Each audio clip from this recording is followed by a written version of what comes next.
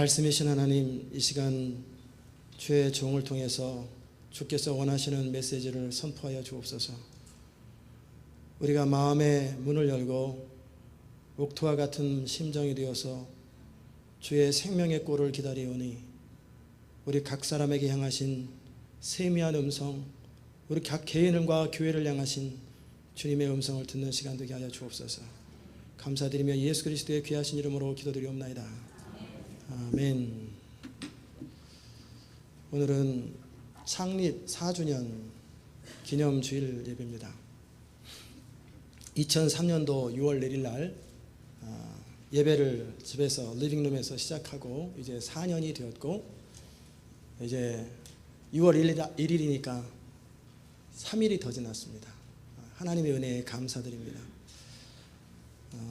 제가 요새는 신문에 광고를 많이 안 내는데, 신문에 광고를 낼 때 주로 교회를 소개하는 광고면에 어떤 부분을 많이 냈냐면, 이 교회는 아무나 오는 교회가 아닙니다. 그렇게 써놨어요. 제대로 믿기를 원하는 사람, 인생 걸고 예수 믿기 원하는 그런 사람들만이 적응합니다. 누구나 올 수는 있지만 아무나 적응하는 교회가 아닙니다. 신앙생활하다 실족했어도 좋습니다. 또 신앙생활을 중단해서도 좋습니다. 그러나 다시 한번 진짜 믿는 것처럼 믿기 원하는 사람, 그런 사람들이 오면은 잘 적응하고 그런 사람들이 편안하게 다닐 수 있는 교회입니다. 그때나 지금이나 동일합니다. 저는 얼마나 많은 사람이 모였는가, 그거보다 더 관심이 있는 건 뭐냐면 얼마나 하나님의 사람으로 사람들이 변해가는가, 빚어지는가, 거기에 더 초점이 있습니다. 오늘 이 아침에 나오신 여러분에게 그 하나님의 은총이 넘치시길 바랍니다. 여러분은 정말 하나님의 사람이 되기 원하십니까? 아마 크게 그렇습니다, 그런 마음으로 한번 아멘 하십시오. 여러분은 정말 하나님의 손에 길들여져서 그분의 능력의 장중에 붙잡혀서 한번 쓰임받는 인생 되기를 간절히 원하십니까? 그렇다면 정직하고 분명하게 자신을 돌아보며 결단하는 시간을 오늘 가지시기 바랍니다. 그리고 여러분이 세상과 충돌하십시오. 세상을 사랑하는 마음에서 돌아서시기 바랍니다. 오늘 저는 여러분과 은혜의 직책이라는 제목으로 어떻게 하나님의 사람이 되는지, 또 은혜의 직분을 감당하기 위해서 어떠한 사람이 되어야 하는지, 이 부분을 살펴볼 것입니다. 그를 위해서 내가 구체적으로 어떻게 해야 되고 무엇을 해야 되는지, 그걸 자세하게 살펴볼 것입니다. 말씀을 들으시면서 타협하지 마시고, 어떻게 다 그렇게 사냐, 그렇게 타협하지 마시고요. 정직하고 분명하게 성령의 조명 앞에 여러분 각자에게 터치하는 부분이 있을 거예요. 그 부분을 결단하십시오. 그러면 여러분의 인생은 지금과는 비교할 수 없는 완전히 다른 인생으로 살게 될 것입니다. 그 첫 번째는 뭐냐면 하나님의 은혜를 헛되이 받지 마십시오. 하나님의 일을 하는 하나님의 동역자인 바울은 고린도 교회 성도들에게 권면합니다. 하나님의 은혜를 헛되이 받지 말라. 이 말에 담겨있는 안타까운 사도 바울의 심령을 우리는 깨달아야 합니다.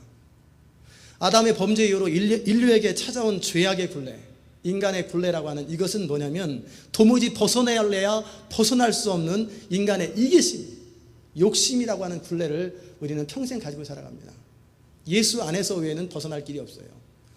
부부가 싸우는 것도 결국은 한 몸으로 평생 한 입을 덮고 살기로 결정한 그 부부임에도 부딪히는 이유는 다른 거 아니에요. 여러 가지 이유, 성격 차이, 별의별 이유가 있지만 그 중심이 이기심이에요.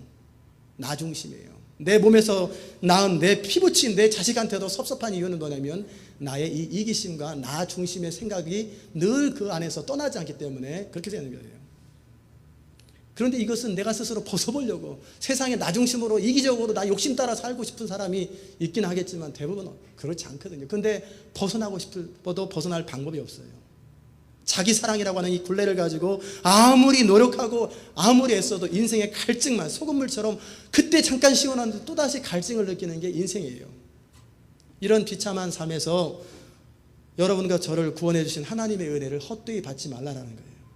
아무리 달려가도 그곳엔 만족이 없고 그곳엔 대안이 없는데, 또 그나마 거기를 달려갈 수밖에 없는 인간의 비참한 현실에서 우리 눈을 뜨게 하시고 그 길이 아니라 새로운 길을 보여주신 그 하나님의 은혜를 헛되이 받지 말라고 사도 바울은 권면합니다.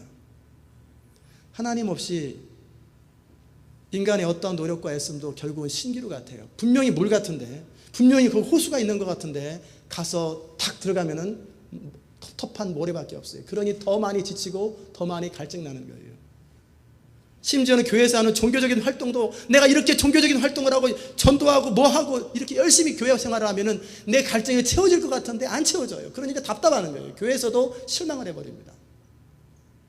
왜냐하면 생수의 근원이신 하나님을 떠나서 자신의 힘과 노력으로 뭔가 얻으려고 하는, 그래서 행복하려고 하는 어떠한 시도도 결국 인생은 허무와 절망으로 빠져가게 만든다는 거예요. 정직하게 돌아보면 우리는 아무리 노력하고 아무리 했어도 선이 뭔지 악이 뭔지는 알아요. 그러나 그것을 악을 거절하고 선을 추구할 능력이 우리 안에 없어요. 우리 중심에서 알기는 뭐가 옳은지 다 알아요. 죄 짓는 사람 치고 정말 죄인지 몰랐다, 정말 그런 분들은 극히 드물어요. 다 아는데 죄를 짓는 거예요. 그래서 끊을 능력이 없고 거기서 벗어날 방법이 없어요.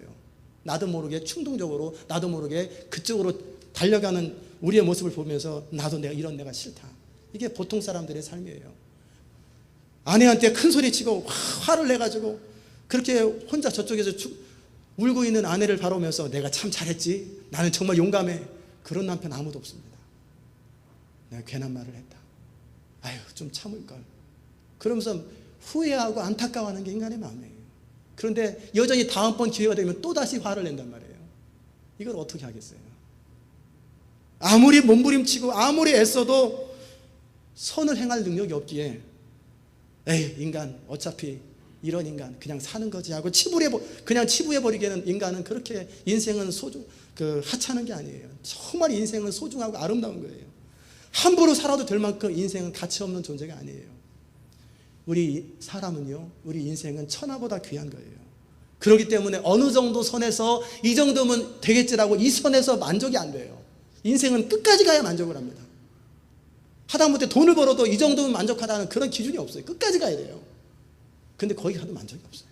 인간은 끝까지 가야, 승부를 봐야 거기서 해결책을 얻는데 그 어느 곳에서도 사실 감격과 행복을 경험할 수 없다는 거예요.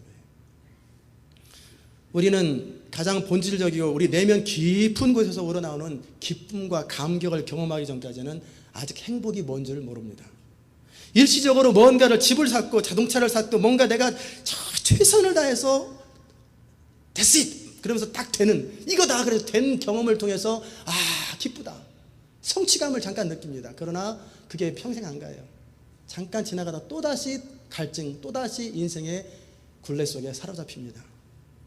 이 순간적인 행복들의 연속이라 할지라도 그것은 진정한 행복이 아니에요.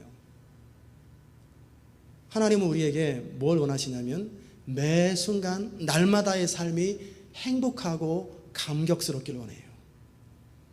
그런 행복은 인간의 노력과 애씀으로는 얻을 수 없기에 오직 근본적인 변화가 있어야만 얻을 수 있기에 창조주 하나님, 행복의 근원이신 하나님 안에서만 누릴 수 있는 행복입니다.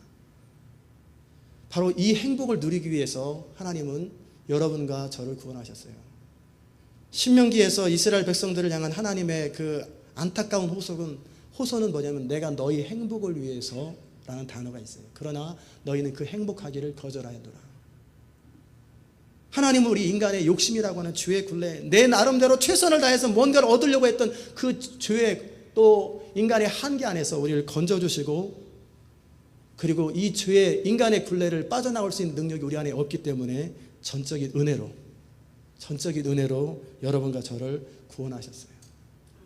그래서 사도 바울은 권면하는 것입니다. 이 은혜를 헛되이 받지 말라. 하나님께서 우리에게 그 은혜를 베푸신 것은 우리가 구원받은 존재로서 하나님께 예배하고 어느 정도 내가 하나님께 속했다라고 하는 소속의식을 잠깐 느끼고 세상에 나가서 아무런 능력이 없는 채로 세상에서 실패하라고 우리를 부르신 게 아니에요. 우리 안에 근본적인 갈증과 목마름을 해결해 보려고 추구하다가 사람들의 인정과 칭찬을 추구하는 그 사람들에게 사도 바울은 경고합니다.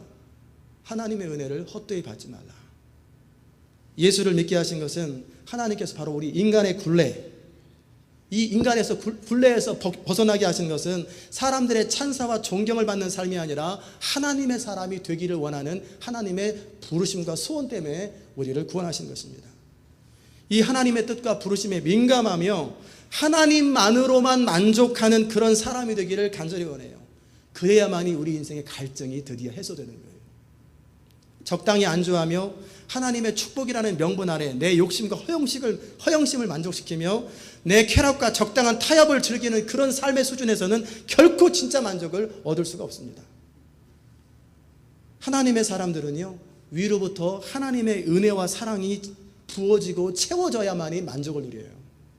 하나님의 사람은 하나님이 해주시는, 사람이 아니라 하나님이 해주시는 칭찬과 인정을 받고 살아갈 때, 그 안에서 하나님의 인정을 받고 칭찬을 받을 때 가슴속에서 감격이 있고 그것을 위해서 다른 모든 것들을 내려놓을 수 있는 거예요. 그러기에 하나님 앞에 정직하게 날마다 서며 조금도 거리낌 없는 삶, 후회할 것이 없는 삶을 통해서 우리 내면 안에서 하나님과 통하는 그런 삶 안에서 참 만족이 있는 거예요. 더 깊은 은혜를 추구하기 위해서 더 거룩하며 더 완전하며 나아가는 사도 바울의 그 갈망은 그 은혜와 그 사랑을 더 깊이 맛볼수록 인생의 행복이 더 커지고 그리고 더 아름다운 생애가 되기 때문에 그는 그렇게 산 거예요. 하나님의 은혜는 그저 잘못을 하고 적당히 살고 타협하고 살아도 주일에 나와서 회개하고 고백하며 다 용서받는 그런 값싼 은혜가 아니에요. 그러한 용서는 받을 수 있을지 몰라도 정말 예수 믿는 감격이나 구원의 기쁨은 없을 것입니다. 하나님의 은혜는 우리 삶이 날마다 변해가고 고쳐져 갈 때, 더 깊이 누려질 때, 하나님의 부르심을 향해 계속 더 가까이 갈 때만이 채워지는 것이 하나님의 은혜예요. 그저 코스를 통과하듯이 자신의 능력의 범위 안에서 살아가면서 최선을 다했다고 적당히 만족하는 그런 사람은 가슴에 감격이 없어요. 이것이 인생이라고 하는, 하나님께서 나에게 예비하신 이 풍성함이 바로 이거라고 하는 그 감격이 없어요. 하나님의 사람은 자신의 능력의 한계를 경험하고 거기서 주저앉는 것이 아니라 그것을 넘어서서 더 앞으로 나갈 때 내 힘이 없기에 위로부터 하나님의 능력이 공급되면서 이렇게 되는구나, 이렇게 되는구나, 그 하나님의 은혜와 하나님의 능력들을 맛보며 살아갈 때 그때 하나님의 사람의 가치가 드러나는 거예요. 제자훈련을 해도요, 자신이 할 수 있는 삶의 수준에서 만족하는 사람이 있어요. 이런 사람은 아무리 오랫동안 제자훈련해도 변화 안 됩니다. 쓰임받지 못합니다. 단지 제자훈련을 통해서 뭘 깨닫냐면 나는 변화 안 되는구나, 그것만 깨닫습니다. 내 최선을 다하지만, 정말 최선을 다하지만 안 되는 자신의 한계 앞에서 몸부림치고 눈물을 흘리고 안타까워하는 바로 그 사람들에게 위로부터 하나님의 은혜와 능력이 공급될 거예요. 바로 그 한계 지점에서만 하나님의 은혜는 공급되게 돼 있어요. 그때 위로부터 하나님의 능력이 부어지면서 안 되던 것이 되는 거예요. 그렇게 추구해도 안 되던 것이 벼랑과 되어져 버리는 거예요. 그 부어지는 하나님의 손길을 받을 때만 사람은 변화돼요. 그러기에 사람의 변화는 성령으로 가능한데, 성령은 항상 우리 수준에서는 역사 안 합니다. 한계 지점까지 가야 돼요. 최선을 다해서 do my best, 우리 최선을 다하고 나서 거기까지는 인본주의입니다. 휴머니즘이에요. 그러나 그것에서 안 되는 한계를 경험하고 그때 하나님 앞에 엎드리는 거예요. 그럴 때 위로부터 쏟아지는 하나님의 은혜가 있어요. 위로부터 내려지는 하나님의 기적과 은혜들이 있어요. 능력들이 있어요. 그때 사람들이 변화돼요. 그때 드디어 고개 숙일 줄 알아요. 그때 드디어 하나님의 은혜가 내 안에 강같이 흐른다라는 고백을 하게 되는 것입니다. 그저 자기 수준에서 최선을 다했다고 자족하는 사람들, 그저 대충 하면서 어쩔 수 없었다고 변명하는 사람들은 하나님의 은혜가 무엇인지 깨닫지 못할 것입니다. 차라리 철저하게 죄를 짓고 철저하게 타락하다 돌아오세요. 그게 더 빠릅니다. 그런 사람은 죄악이 주는 쾌락을 맛보면서도 여전히 타들어가는 내면의 허무와 답답함을 알 거예요. 그래서 더 이상 이렇게 살고 싶지는 않다, 더 이상 이렇게는 그만 살고 싶다라고 하는 그 탄식 앞에 아버지 품으로 돌아오는 둘째 아들과 같은 그 심정을 알 거예요. 그리고 그 사람은 다시는 하나님의 품을 떠나지 않습니다. 그리고 늘 은혜를 의지하고 하나님 앞에 섭니다. 날마다 아버지 집에서 살면서 조금도 변화되지 않은 큰아들처럼 늘 교회 주변에서 적당한 수준에서 신앙생활하면서 정말 하나님의 마음과 하나님의 은혜를 누리지 못하고 자신의 능력 안에 살면서도 긍휼이 없고 그 마음에 비판과 정죄의 마음만 가득한 그 사람은 아버지의 마음을 몰라요. 그래서 하나님을 향해서 원망하고 답답하고 탄식하고 눈물을 흘리는 거예요. 그게 내 죄 때문에 눈물을 흘리는 게 아니라 해결되지 않은 인생의 문제 때문에 탄식하는 거예요. 이런 사람은 늘 자신의 한계 안에 살면서 그 이상의 것을 경험하지 못하기 때문에 적당한 냉소주의가 있고요. 그리고 자기 착각에 빠져 살아갑니다. 자기가 신앙생활 잘하는 줄 알아요. 그리고 저렇게 집 나갔다가 타락하고 돌아온 둘째 아들을 바라보면서 정죄합니다. 판단합니다. 그런데 사실은 본인은 은혜를 몰라요. 은혜를 모르니까 율법만 있는 거예요. 이런 사람들에게 사도 바울은 권면합니다. 하나님의 은혜를 헛되이 받지 말라. 사도 바울은 이 하나님의 은혜를 알았어요. 하나님의 교회를 핍박하며 자기는 죄인 중에 죄인이요 괴수 중에 괴수였던 바로 자신 같은 사람을 불쌍히 여겨서 구원해 주신 그 하나님의 은혜를 알았던 사람이에요.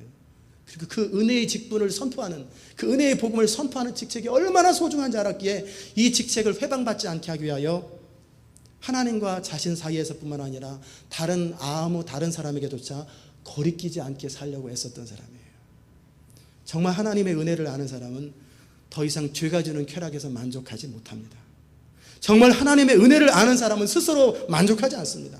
정말 하나님의 은혜를 아는 사람은 자신의 한계 안에서 주저앉지 않습니다. 사도 바울은 하나님과 함께 일하는 일꾼으로 스스로 많이 견디는 것, 환난, 궁핍, 고난과 매맞음과 갇힘과 요란한 것과 수고로움과 자지 못함과 먹지 못함을 경험했어요. 이 10가지 중에서 여러분은 몇 가지를 경험하고 사십니까? 하나님의 나라와 하나님의 영광을 위해서 얼마나 견디십니까? 얼마나 환난을 당하셨습니까? 얼마나 궁핍하셨습니까? 내가 잘못한 게 아니라 하나님 때문에 얼마나 고난을 받으셨어요? 얼마나 매맞아 보셨어요? 얼마나 갇혀 보셨어요? 얼마나 사람들에게 비난과 모욕을 당해 보셨어요? 얼마나 수고하셨습니까? 얼마나 잠을 못 잘 만큼 수고하셨습니까? 얼마나 먹지 못하면서도 계속 하나님을 추구했습니까? 적당히 하려고 하면 이런 10가지 경험하지 않아도 돼요. 적당히 사람들에게 인정받는 수준 안에서, 사람들에게 보여주는 삶의 수준에서는 이런 거 하나도 안 겪습니다. 안 겪어도 돼요. 정말 하나님의 은혜를 아는 사람들, 정말 하나님의 은혜를 맛본 사람들은 거룩한 부담감이 있어요. 그러기에 날마다 더 앞으로 나가는 거예요. 더 추구하는 거예요. 이 세상은 사단에 의해서 다스려집니다. 안 믿는 사람들, 그의 머리와 생각 속에서, 그리고 삶 속에서 강력한 견고한 진이 있어요. 그리고 그 이기심을 따라서 사람들은 끌려갑니다. 본인들은 마이웨이라고, 내가 알아서 한다고, 내 인생에 내가 주인이라고 살아가지만 사실은 그 욕심을 통해서, 이기심을 통해서 배후에 조종하는 세력이 있는데 그게 사단이에요. 다 그렇게 살아가요. 그런 어둠에 속해 있는 사람들이 주께로 돌아와서 하나님 나라를 추구하는 삶으로 바꾸는 것이 쉬운 게 아니에요. 만만치 않아요. 이미 교회에 나온 여러분들이 바뀌는 것도 쉽지 않은데 하물며 그 견고한 진 속에 완전히 사로잡혀 살아가는 사람이 주께로 돌아오는 일이 쉽겠어요. 그래서 사도 바울이 이 모든 수고를 다하는 거예요. 그래서 한 영혼이라도 주께로 돌아오게 하기 위해서 할 수 있는 한 모든 수고와 모욕과 멸시와 따돌림을 견디는 거예요. 지난 1년 동안 여러분 통해서 몇 사람이 주께로 돌아왔습니까? 지난 1년간 여러분을 통해서 믿음이 연약한 자들이 믿음 안에 세워지고 좌절되고 상처받은 심령들이 소외되고 그리고 인생의 길에서 헤맸던 사람들이 얼마큼 주님 안에 더 가까이 들어왔습니까? 한 사람이라도 주께 돌아오게 하기 위해서 받아야 할 환난이 있다면 모든 것을 다 감당하는 것, 그게 바울이에요. 이를 위해 필요하다면 그는 기꺼이 가난에도 처합니다. 곤란한 입장에도 일부러 처합니다. 이러지도 못하고 저러지도 못하는 환경에 스스로 나가는 거예요. 많은 사람들이, 하나님을 믿는 사람조차도 인생에 어려움이 생기면 하나님 도와주세요, 빠져나가게 해주세요, 이 장애물을 극복해 주세요, 이 인생의 갈등과 고민에서 빨리 벗어나게 해주세요. 그것이 대부분의 사람들의 기도잖아요. 그런데 사도 바울은 그 곤란함에 스스로 들어가는 거예요. 그 위기 속에 스스로 들어가는 거예요. 사도 바울은 하나님의 은혜의 직책을 감당하기 위해서 정면으로 승부하기 때문에 매맞는 일도 감수하고 비난과 모욕과 어려움도 감수합니다. 하나님의 뜻을 따라 타협하지 않고 정직하게 나가다 보니 사람들에게 요란한 소리를 듣는 거예요. 바울을 죽이려고 날마다 따라다니는 사람들은 바울을 미쳤다, 연병이다, 그리고 복음을 회방하기 위해서 소리를 지르며 그 억울한 노명을 쓰는 그 회방을 받고 사는 거예요. 오해와 비방과 그 요란의 소리를 듣는 거예요. 그리고 그 복음을 전하기 위해서 모든 수고를 다하되 때로는 잠을 자지 못하고 먹지 못하는 어려움을 겪습니다. 잘 거 다 자고 먹을 거 다 먹고 취할 거 다 취하면서 살아가는 사람이 우리가 어찌 사도 바울의 마음을 알겠어요? 사도 바울이 누렸던 그 은혜와 그 능력을 어떻게 우리가 경험하겠어요? 남들은 보지 못하는 이 시대의 아픔과 죄악의 세력을 바라보면서, 남들은 듣지 못하는 성령의 탄식하는 소리를 들으면서 눈물로 밤을 지새우며 날마다 기도와 수고를 아끼지 않은 그 수고를 하는 사람들, 그러기에 잠을 못 자는 사람들, 이런 사람이 하나님의 사람이에요. 지금도 삼각산에서 날마다 철야하는 사람들, 지금도 하나님의 심장을 가지고 탄식하면서 울면서 금식하는 그 사람들의 마음을 누가 알겠어요? 그래서 복음의 능력을 추스르기 위해서 사도 바울은 그 일을 하는 거예요. 한 걸음 더 나가서 더 적극적으로 갑니다. 깨끗함과 지식과 오래 참음과 자비함과 성령의 감화와 거짓이 없는 사랑과 진리의 말씀과 하나님의 능력 안에 있어 의의 병기로 좌우하는 사도 바울의 그 마음. 하나님의 나라는 말에 있지 아니하고 능력이 있습니다. 이 능력은 세상의 능력도 아니고 인간의 능력도 아닙니다. 오직 위로부터 내려오는 성령의 나타남과 능력이에요. 우리가 약할 때 강함 되시는 하나님의 능력이에요. 이 강함, 이 능력을 경험하기 위해서 날마다 자신을 깨끗하게 하는 거예요. 하나님의 능력은 죽은 자를 살리며 그리고 소경을 눈을 뜨게 하는 그 능력뿐만 아니라 내가 해서는 안 되는 말을 참을 수 있는 그 능력, 내가 넘어지는 바로 그 한계 지점에서 안 넘어지는 능력, 그리고 주저앉고 포기하는 삶에서 일어서고 다시금 회복하는 능력, 예수 그리스도 그 피 묻은 복음을 위해서 자신의 삶을 온전히 내어드릴 수 있는 그 능력, 그게 능력이에요. 적당히 잡지책 보면서 적당히 감각적인 쾌락을 즐기면서 적당히 눈과 생각으로 범죄하는 사람들은 도무지 이해하지 못하는 삶입니다. 그리고 오히려 왜 그렇게 답답하게 살고 왜 그렇게 부담스럽게 사느냐고 오히려 질문할 것입니다. 사도 바울은 몸과 영혼을 더럽게 하는 모든 죄에서 돌아서고 조금이라도 꺼리끼는 것이 있으면 하나님 앞에서 철저하게 회개하고 하나님의 안타까운 심령을 유지하려고 영혼에 대한 사랑이 식어졌을 때 그것 때문에 눈물을 흘리고 내 마음속에 영혼에 대한 사랑 때문에 금식하면서 기도하며 자신의 마음, 거룩한 부담감을 유지하려고 하는 그 사도 바울의 마음, 더 깊은 하나님과의 교제를 위하여 고난까지라도 자처하는 하나님을 향한 그 갈망을 사도 바울은 가지고 살았어요. 진정한 능력은 저절로 나타나지 않습니다. 이렇게 철저하게 자신을 부인하고 세상과 죄에 대해서 단호하게 거절하고 자신을 깨끗하게 유지함에 있어요. 외적으로 많은 수고와 핍박과 곤란을 겪으면서 내면으로는 하나님의 사람이 되기 위하여 자신을 쳐서 날마다 죽기까지 복종하는 사도 바울이기에 하나님께 쓰임받았던 것입니다. 여러분이 하나님께 쓰임받는 사람, 하나님의 사람 되기 원하면 대가를 지불하세요. 그냥 그대로는 그대로밖에 못 살아요. 이 상태 그대로 10년이 지나가면 더 많이 나이가 들고 머리만 하얘질 뿐이에요. 아무것도 이룬 거 없이 그냥 시간만 또 지나갈 것입니다. 바꿔야 돼요. 대가를 지불해야 돼요. 자신을 돌아보세요. 나는 도대체 하나님의 나라와 영광이라고 하는 저 표 앞에 나는 무엇을 하고 살아가는가? 나는 나 자신을 깨끗하게 하기 위해서 뭘 하는가? 나는 더 하나님을 알기 위해서 뭘 하는가? 내 안에 오래 참음이 있는가? 내 안에 잃어버린 영혼에 대해, 내게 잘못하는 사람에 대해서 자비함이 있는가? 성령의 감화와 거짓 없는 사랑이 내 안에 있는가? 진리의 말씀과 하나님의 능력으로 무장하여 의의 병기로 살아가는가? 좌로나 우로나 치우치지 아니하는가?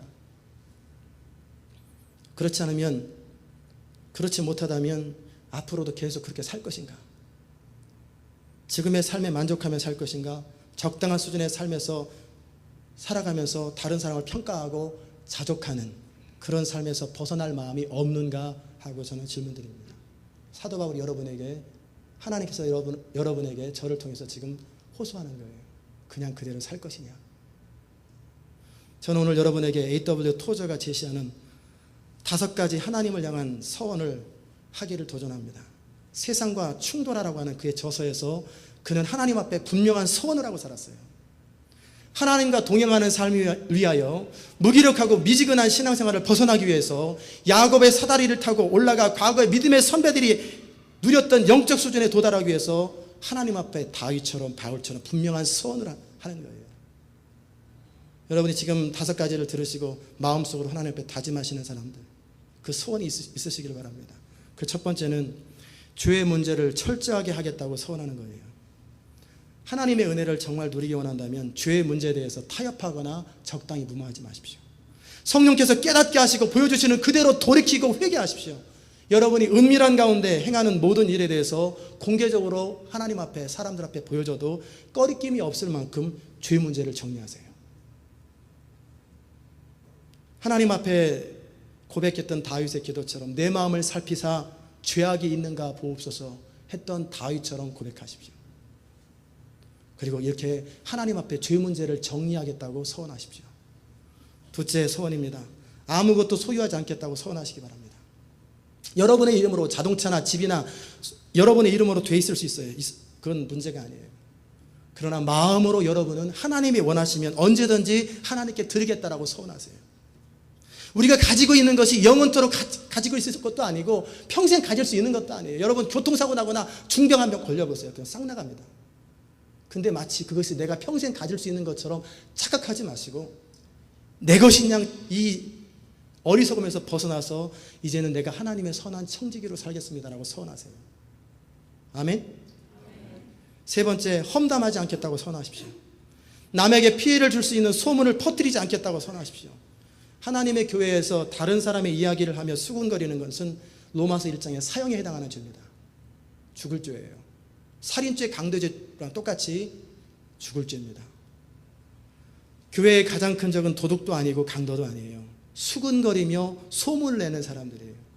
비록 실제 그 사람의 잘못을 보아서도 본인에게 기도하는 마음으로 권면하는 것 아니면 다른 누구에도 말하지 마세요. 그래야 교회는 교회대로 보호됩니다. 아멘. 넷째, 자신을 방어하지 않겠다고 소원하시기 바랍니다. 국가 간의 전쟁이나 마땅히 하나님 나라를 위해서 처해 있을 때 방어하지 말라는 것이 아니라 다른 사람이 나를 향해서 공격하는 것, 다른 사람이 나를 향해서 비난하는 것에 대해서 방어하지 말라는 거예요. 하나님 나라와 하나님의 교회를 위해서 부득이한 경우에는 설명을 해주세요. 교회를 살리고 하나님 나라를 세우는 일에 있어서 오해가 돼 있을 때는 설명해 주세요. 그러나 나 자신을 위해서는 방어하지 마세요. 부부간에도 인간관계에도 모든 싸움과 불필요한 갈등은 결국 나를 방어하고 내 입장을 옹호하려고 하는 시도가 결국 모든 싸움의 근원입니다. 그러기에 이 모든 것을 살피시고 해결해 주시는 하나님께 맡기겠다고 소원하는 거예요. 이렇게 하나님을 의지하는 사람은 하나님의 철저한 보호가 있고요, 이끄심을 경험하게 될 것입니다. 아멘. 다섯 번째, 마지막 소원입니다. 하나님의 영광을 가로채지 않겠다고 소원하시기 바랍니다. 우리는 얼마나 종종 자신의 영광을 위하여 하나님의 영광을 가로채는지 몰라요. 하나님께서 하신 것을 마치 내가 한 것처럼 사람들에게 말하고 내 자신이 하나님 앞에서 아무것도 아닌데 뭔가 된 것처럼 말하는 경우가 얼마나 많은지 몰라요. 시편 기자는 115편 1절에서 이렇게 기도합니다. 여호와여, 영광을 우리에게 돌리지 마옵소서. 우리에게 돌리지 마옵소서. 중심으로 하나님께 속한 것을 하나님께 돌려드릴 때 우리는 자유를 경험하게 되고요, 하나님께서 여러분을 높이시고 복을 주실 거예요.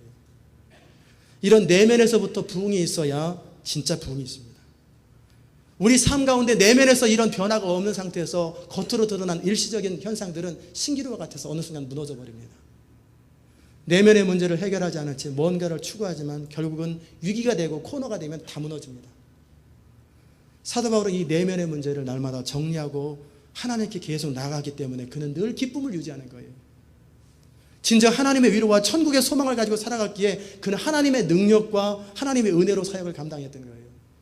그러기에 하나님의 영광을 위해서 욕됨을 경험했습니다. 하나님의 영광스러운 이름을 위해서 누명 쓰는 것을 감당했다는 얘기예요.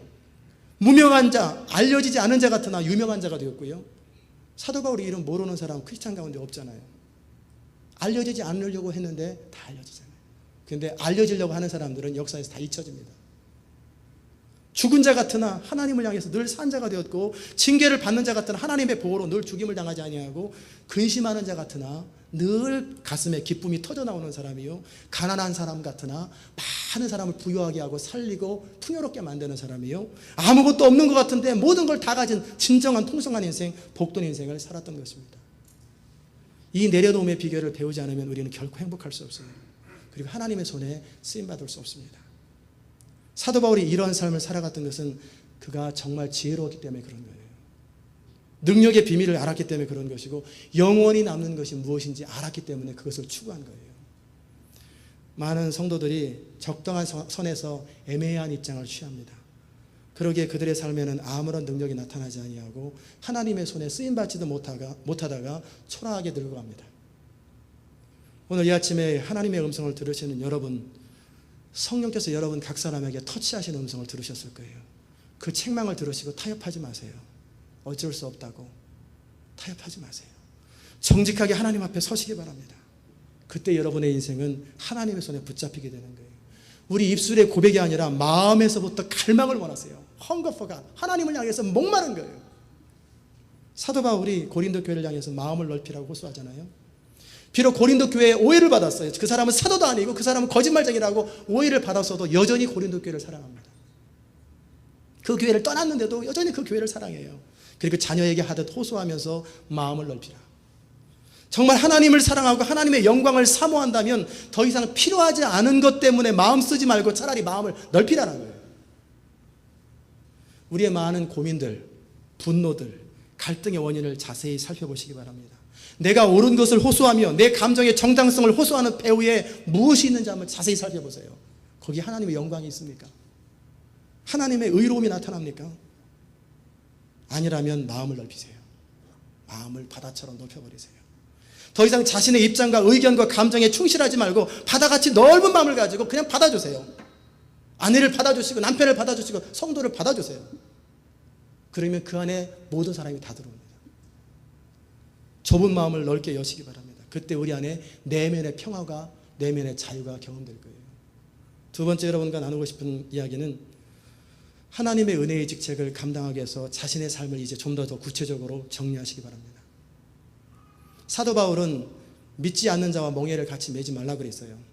왜냐하면 우리는 하나님의 성전이요 하나님의 자녀인데 어찌 믿지 않는 자와 상관하며 멍에를 같이 매겠느냐 그럽니다. 이 말씀은 믿지 않는 남편이나 아내와 이혼하라는 말이 아니고 믿지 않는 사람을 만나지 말라라는 말이 아니에요.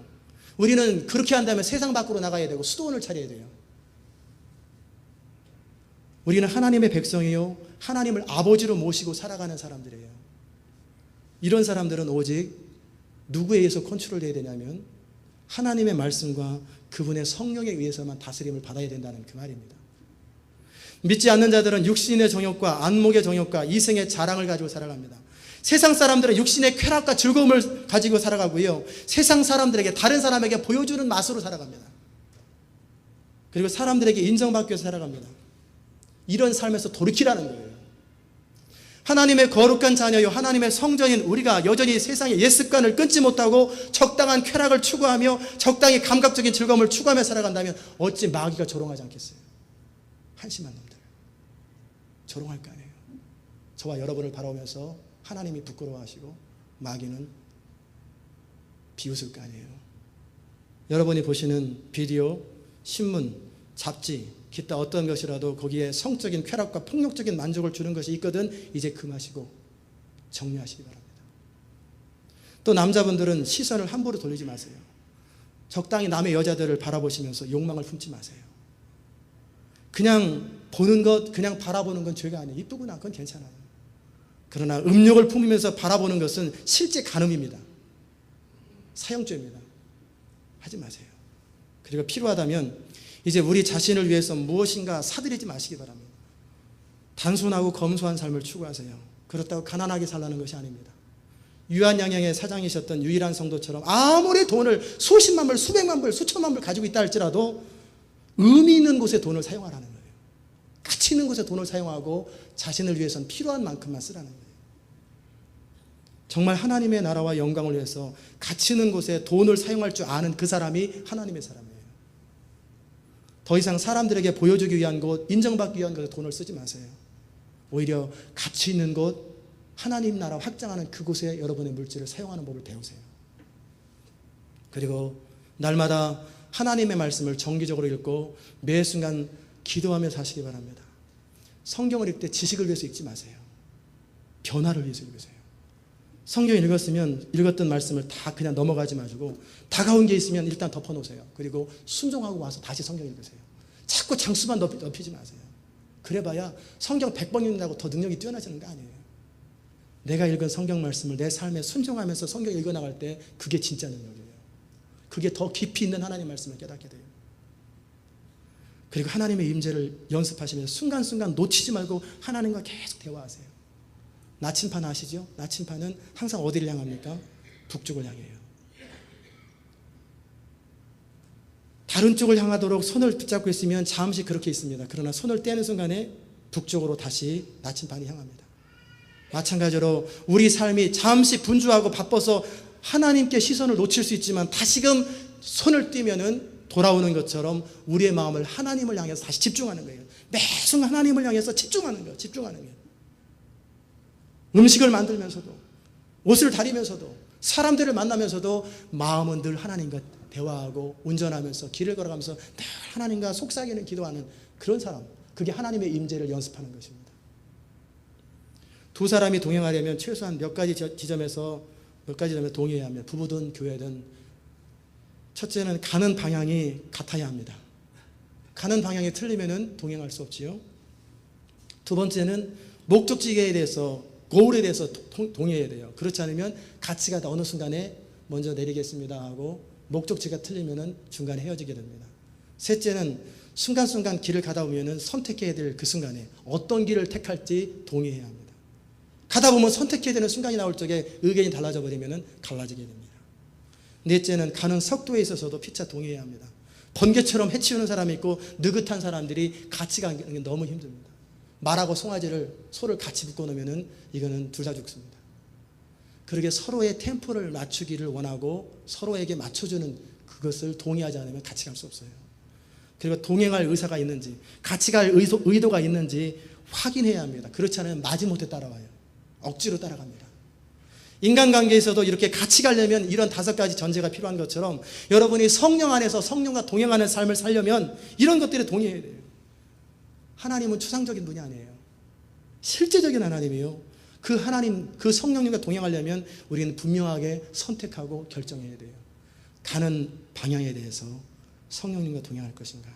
내가 가는 목적지에 대해서 하나님, 성령과 합의할 것인가? 어떤 길을 순간순간 선택할 때 성령님의 음성을 들을 것인가? 가는 속도에 있어서도 앞서지도 뒤처지지도 아니하고 같이 갈 것인가? 그리고 성령님과 같이 동행할 의사가 있는지, 내 마음속에 정말 성령을 따르고자 하는 중심의 소원이 있는지를 한번 확인해 보세요. 그런 사람들만 성령과 동행할 수 있고 에녹처럼 살 수 있고 아브라함처럼 사는 거예요. 저는 오늘 여러분에게 은혜의 직작이라는 제목으로 하나님의 음성을 선포했습니다. 성령께서 여러분의 영을 통해서 여러분 마음에 분명한 메시지를 주셨을 거예요. 그 말씀을 그대로 간직하십시오. 타협하지 마시고 포기하지 마시고, 그럴 때 여러분은 하나님의 사람이 되어 하나님의 손에 이끌리게 될 것입니다. 그리고 하나님의 동역자가 될 수 있을 거예요. 하나님은 탁월한 사람이 아니라 정직한 사람, 분명한 사람을 사용하십니다. 부족해도 하나님 앞에 정직하고 날마다 하나님을 향해서 갈망하는 사람, 고쳐야 된다면 고치는 사람, 고집 부리지 않는 사람, 이런 사람들을 통해서 하나님의 일을 이루는 거예요. 몰랐을 때는 모르는 대로 사는 거예요. 그러나 알면 아는 대로 사는 거예요. 우리가 이렇게 하나님의 사람으로 살아가려면 결국은 세상과 충돌해야 합니다.